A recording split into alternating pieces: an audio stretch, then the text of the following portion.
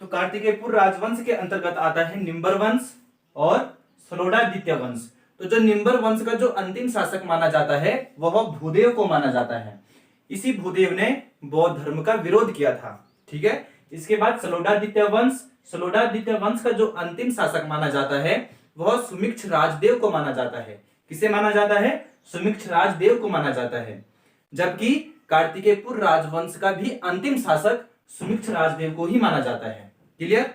यानी कि कार्तिकेयपुर राजवंश के अंतर्गत ही आता है निंबर वंश और सलोडादित्य वंश। तो इससे पहले मैंने आपको निंबर के बारे में पढ़ाया था, अब मैं उससे आगे प्रारंभ कर रहा हूं। तो निंबर वंश की स्थापना किसने की? निंबरदेव ने की। किसने की? निंबरदेव ने की। आपने बिल्कुल ध्यानपूर्वक होकर सुनना है। ठीक है।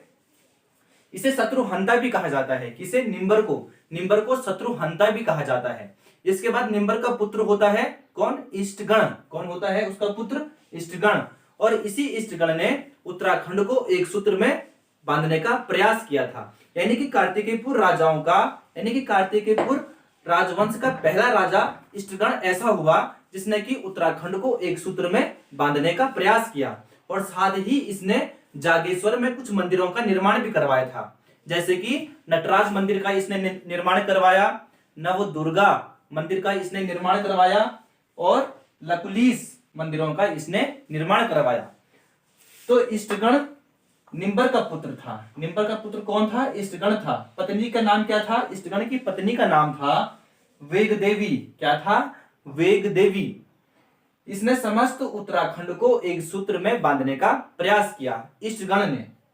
ठीक है ना। जागेश्वर में इसने नवदुर्गा मंदिर का निर्माण करवाया, महिषमर्दनी मंदिर का निर्माण करवाया, नटराज मंदिर का निर्माण करवाया, लकुलीस मंदिरों का भी इसने निर्माण करवाया, यानी लकुलीस मंदिर का निर्माण करवाया। इसके बाद आता है ललित सूरदेव। ठीक है। इसके समय में कार्तिकेयपुर राजाओं की सीमाओं का सर्वाधिक विस्तार हुआ। अगर आपसे प्रश्न पूछा जाता है कि कार्तिकेयपुर राजवंश के समय उस समय राजा कौन था जिस समय सीमाओं का सर्वाधिक विस्तार हुआ कार्तिकेयपुर राजाओं का? आपका उत्तर होगा ललित सूरदेव। ठीक है ना। तो पांडुकेश्वर के ताम्रपत्र में इसे काली कलंक पंख में मग्र धरती के उद्धार के लिए बराहावतार बताया गया है। ठीक है। इसके सर्वाधिक ताम्रपत्र मिले हैं। सर्वाधिक ताम्रपत्र किसके मिले हैं? कार्तिकेयपुर राजवंश के अंतर्गत ललित सूरदेव के मिले हैं। ठीक है ना। इसे प्रतापी राजा भी कहा जाता है और इसके समय ही कार्तिकेयपुर राजाओं की सीमाओं का सर्वाधिक विस्तार हुआ ललित सूरदेव के समय में। नेक्स्ट, इसके बाद भूदेव। निंबर वंश का अंतिम शासक कौन हुआ? भूदेव हुआ। ठीक है ना। निंबर वंश का अंतिम शासक भूदेव। इसने बैजनाथ मंदिर निर्माण में सहयोग किया था। यानी कि जब बैजनाथ मंदिर का निर्माण जब हो रहा था तो उस समय भूदेव ने भी सहयोग किया था बैजनाथ मंदिर के निर्माण में। क्लियर? इसने बौद्ध धर्म का विरोध किया। किसने? भूदेव ने बौद्ध धर्म का विरोध किया और इसे बुद्ध श्रवण शत्रु की उपाधि भी दी गई। यानी कि बुद्ध शत्रु की उपाधि इसने धारण की। किसने? भूदेव ने।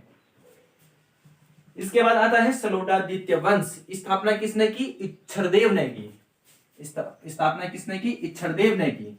इसके बाद इच्छरदेव के बाद जो राजा बनता है वह बनता है देशटदेव। कौन बनता है? देशटदेव। इसके बाद पद्मदेव। इसके बाद अंतिम राजा सुमिक्ष राजदेव। क्लियर? सुमिक्ष राजदेव को कार्तिकेयपुर का अंतिम राजा भी कहा जाता है, सुमिक्ष राजदेव को। इसके बाद शंकराचार्य का उत्तराखंड में आगमन होता है। ठीक है। उस समय राजा कौन था? इष्टगण था।